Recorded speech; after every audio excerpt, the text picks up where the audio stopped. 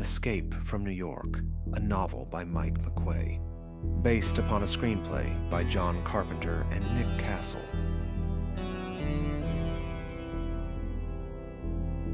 Chapter 11, World Trade Center.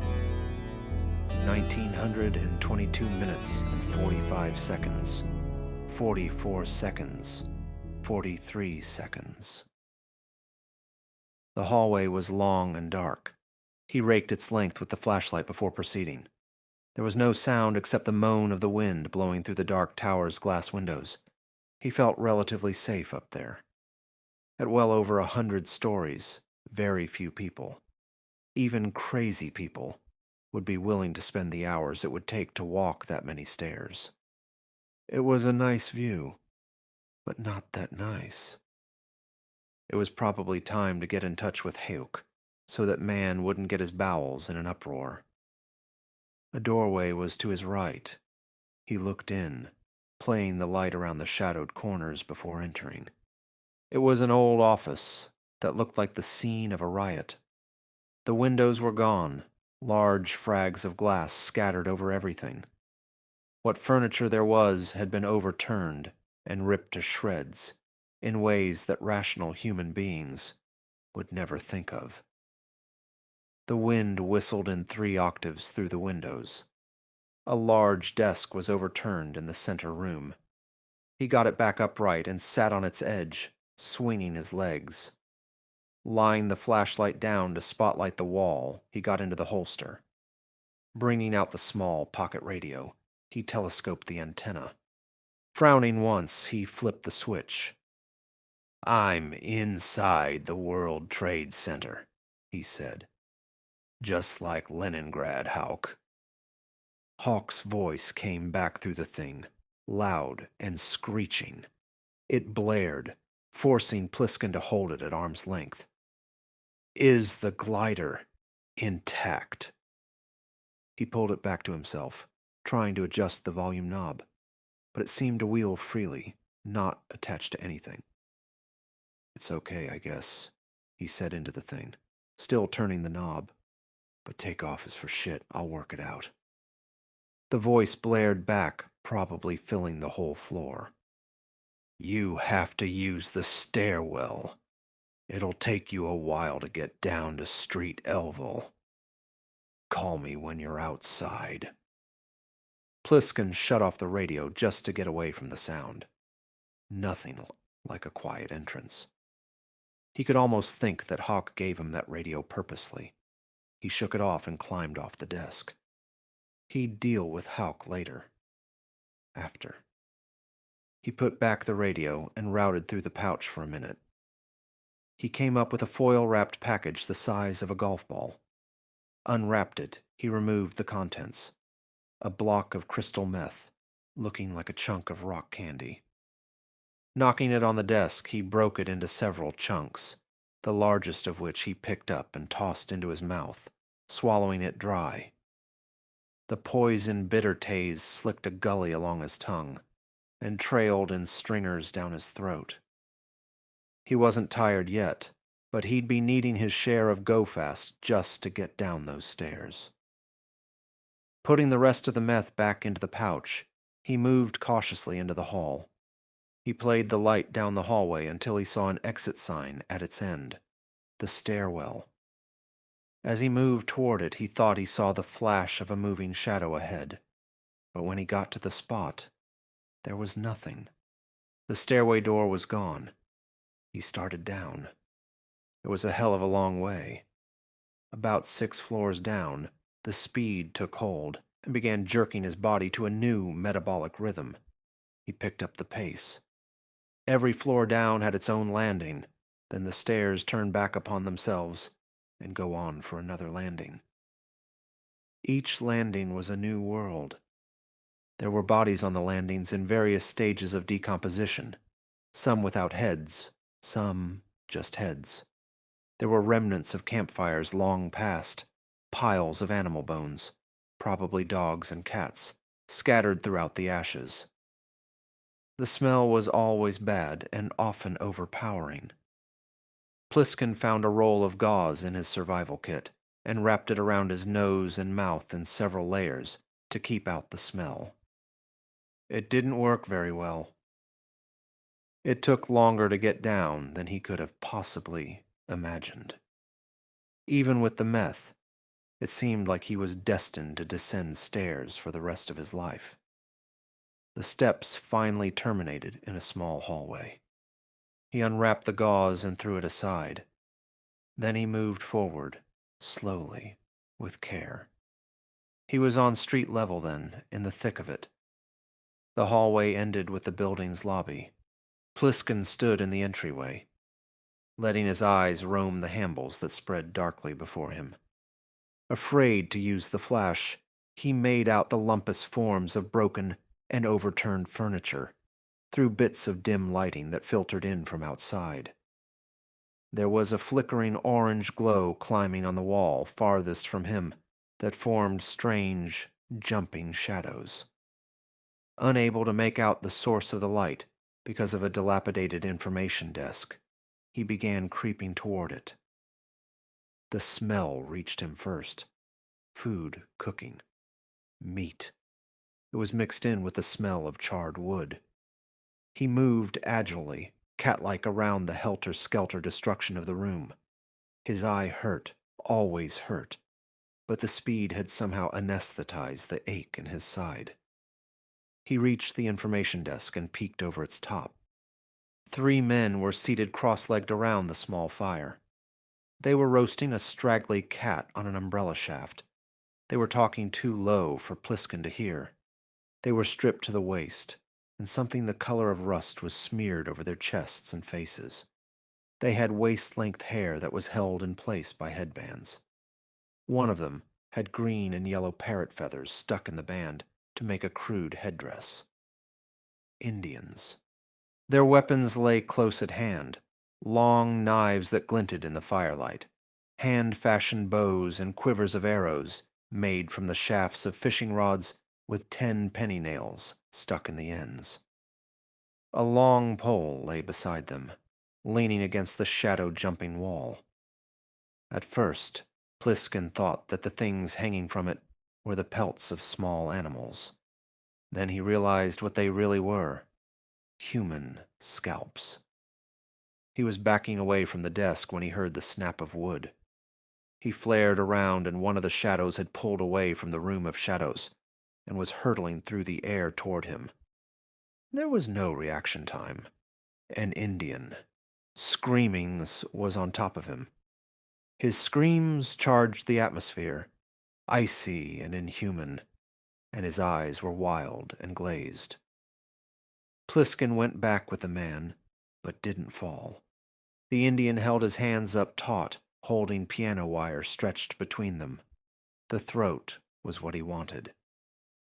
In flashes, Plissken watched the humming wire vibrate toward him.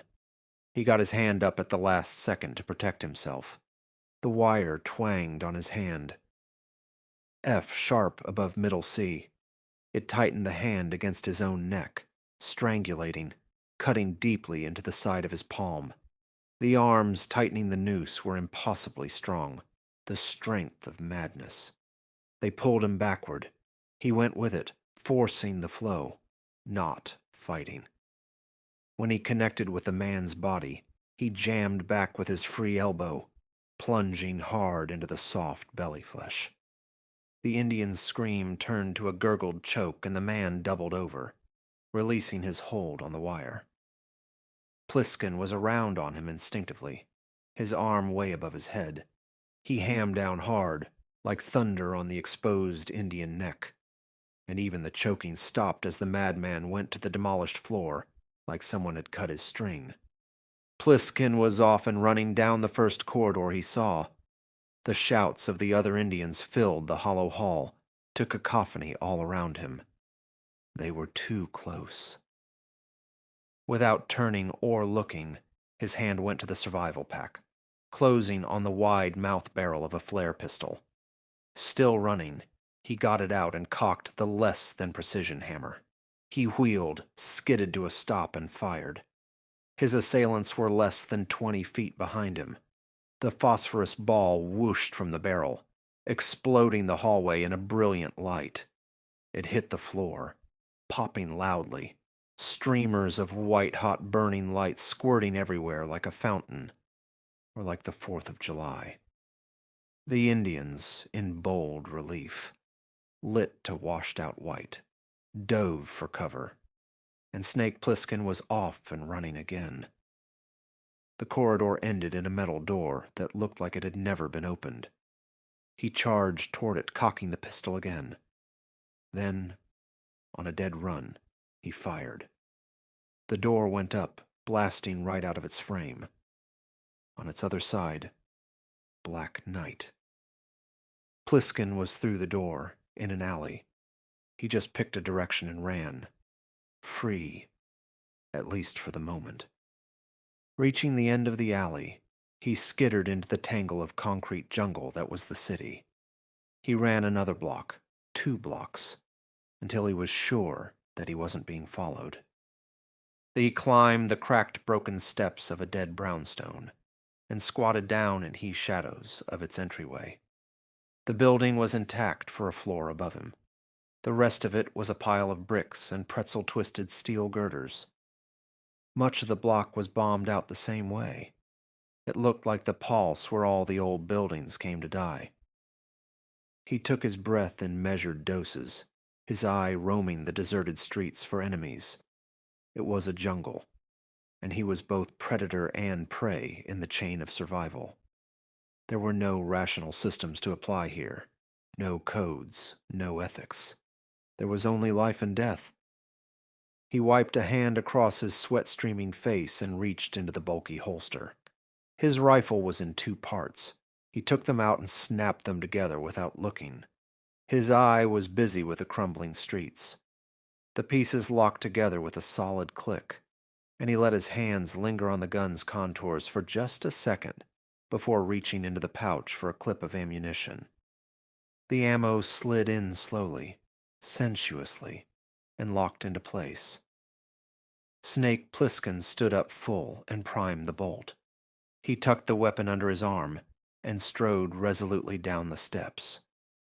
If he had to survive here as an animal, let it be as a lion. He moved into the street and turned around full. In the distance, a wide avenue was filled completely with smoke. The plane. He moved toward it, eye wary, always watching. Junked cars filled the street. He moved past each one carefully, checking for surprises.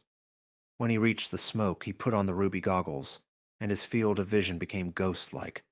Negative images drifted dreamlike before him. He felt removed from his body, like a spirit observing an unreal landscape. Reaching into the pouch, he removed the tiny homer that was keyed to the president's bracelet. Nothing. He wasn't close enough to the source yet. He kept moving through the smoke until he caught sight of the diffusing light from a dying fire. He moved toward the place. First, he came to chunks of burned, twisted metal and scattered wreckage. Then a wheel. Then a seat. It was sitting upright, pretty as you please, right in the middle of the street. Something was strapped to it. It was a glob, an oozing broken glob. He had to assume that it had once been a human being, since he couldn't imagine what else could have been strapped to a seat like that. He moved on. Most of the plane was in one spot. It had smashed into the building, and then slid down on its side, taking huge chunks of steel and concrete down with it. It had exploded at least once, and what had been a tall section was nothing more than a blackened hole. Part of the cabin remained intact, and the white fire came from in there. He looked through one of the port windows. The whole inside of the cabin was charred black, fire apparently having flashed through the heavily oxygenated atmosphere to scald everyone in a matter of seconds. The bodies were black things, stiff and twig-like. The fire that still burned from the cabin was electrical, as wiring from reading lamps continued burning and shorting. Plissken turned from the window and took off the goggles. His good eye caught movement, and he turned toward it. A hunched figure dressed in rags like a scarecrow hobbled out from behind a section of tail and scurried into the blessed shadows. Plissken watched the human vulture gimp away, knowing that he would probably come back later to feed on the remains in the cabin. Sitting on the twisted bulk of a wing, he got the radio back out again and turned it on. "I'm at the plane," he said softly, eyes still wandering. "Nobody made it." He was startled by a beeping sound. "Wait a minute," he said, looking down at the homing compass. It was flashing a tiny red light, northeast on its dial. He slid off the wing. Looking down at the dial once again, he let his eye drift in the direction indicated. He was looking down a narrow, smoke-filled alley. He began to follow, moving slowly at first, then faster. As he walked, he brought the radio up to his mouth. "I've got his pulse," he said, "right up ahead. It's moving to the northwest." Hawk's voice, loud, deafening. "You have to get going, Plissken!" "Damn!" He shut off the noise and looked around. If there was any attention to attract, he did it. He picked up the pace and looked at the life clock strapped to his arm. It read 18 hours, 30 minutes, and 23 seconds, then changed to 18 hours, 30 minutes, and 22 seconds.